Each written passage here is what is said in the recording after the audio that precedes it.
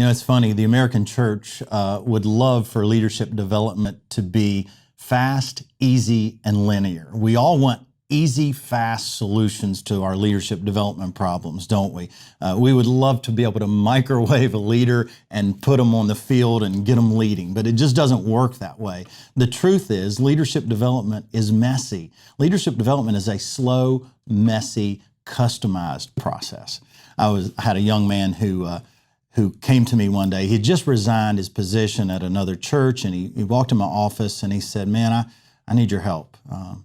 I listened to him tell his story over the next hour, and he just laid out the broken pieces of his life and his leadership experience. And I sat there and we both just tried to make sense of it all and try to figure out what next steps are. There were mistakes in his leadership. There were unwise decisions, poor team management, and a whole lot more. It really was messy. But underneath it all, I saw in this young man a hunger and a raw, undeveloped potential of a great leader. And so this was the beginning of, for me, really a long, meaningful process that lasted about 3 years. It was a mentoring relationship that became very special in my life. Leadership development, you know, as I said, it can be a messy process, but a great equipper is one who takes the messy material of someone's failure and shapes those failures into life-changing lessons that changes a person's leadership. One of the best ways that you can take a messy leadership experience and really turn it into a development experience is by asking questions. Do you remember the episode in Matthew 14? It's when Peter was trying to walk on water. He looked out and he saw Jesus coming and he said, "Jesus, if that's you, tell me to come to you." And Jesus said, "Come on, walk, get out, walk on the water."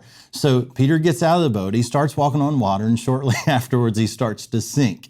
And when he started sinking, it says he cried out, "Lord, save me." Now, here's what Jesus did. Immediately, Jesus goes over and he grabs him by the hand and he holds him by the hand and he looks him in the eyes and he asks him a question. This is really important. He asked him a question. He said, "Why did you doubt? You of little faith, why did you doubt?" And I can imagine what's going on in Peter's mind. I mean, here he is, water splashing around his face. He's about to drown. Jesus is holding him by the hand, holding him afloat. He's, neck deep in the water. And I'm sure, Jesus asking this question, and I'm sure Peter's thinking, "Hey, can we get in the boat and talk about this?" And Jesus is going, No. I want to talk about this right now. I want to talk about it while you're in the midst of drowning. And so Jesus is holding his hand and he's asking him these questions because he knew it was at that moment, not in the boat, he knew it was in that moment that Peter would be most teachable. Now, when Jesus asked the question, "You of little faith, why did you doubt?"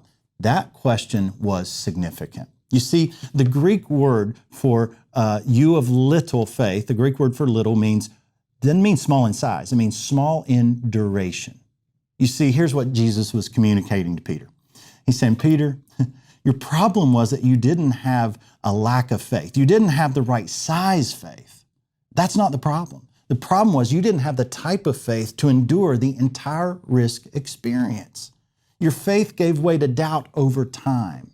So what Jesus was doing, just like a good coach, he was asking him a question and helping him learn from a failure, from a messy leadership experience. Now, how do we do that? I think we need to do just what Jesus did. We need to ask questions. So here are 3 questions that you can ask in a messy leadership situation. Okay, question number 1 is, why are you struggling? We've got to figure out why they're struggling. There are basically 4 reasons they may be struggling in their leadership. Okay, first reason is fear. They're afraid of others on the team. They're afraid of failure. They're afraid of how others may respond.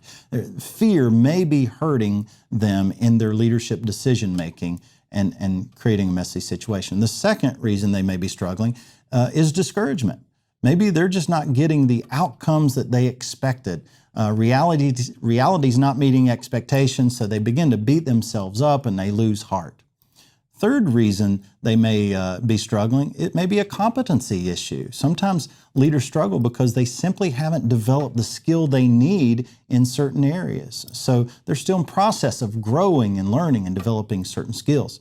And then the fourth reason they may be struggling is just a lack of self-confidence. Sometimes they have a cautious spirit, which causes them to back off or to fail to display a spirit of confidence in their own leadership, so they're struggling. So why are they struggling? The second question you have to ask is, what do they need most from me? What do they need from me? As you assess why they're struggling, you have to consider that your response is really crucial. Ignoring the situation isn't going to help anything. So you have to take action, but what type of action do you take? So let me give you 4 options, okay? Number 1, give them clear direction. First choice is, do I need to give them clear direction?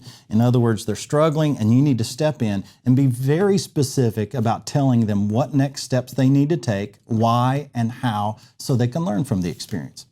The second option, though, is do they need coaching? Maybe they just need coaching. If that's the case, then you just ask them questions so that the two of you can figure out why they're struggling, what the issue is. And you ask questions, you listen, assess the situation, and then you recommend some next steps and make sure they learn from the situation. Your third option, though, is sometimes they just need support. They don't need you to tell them what to do.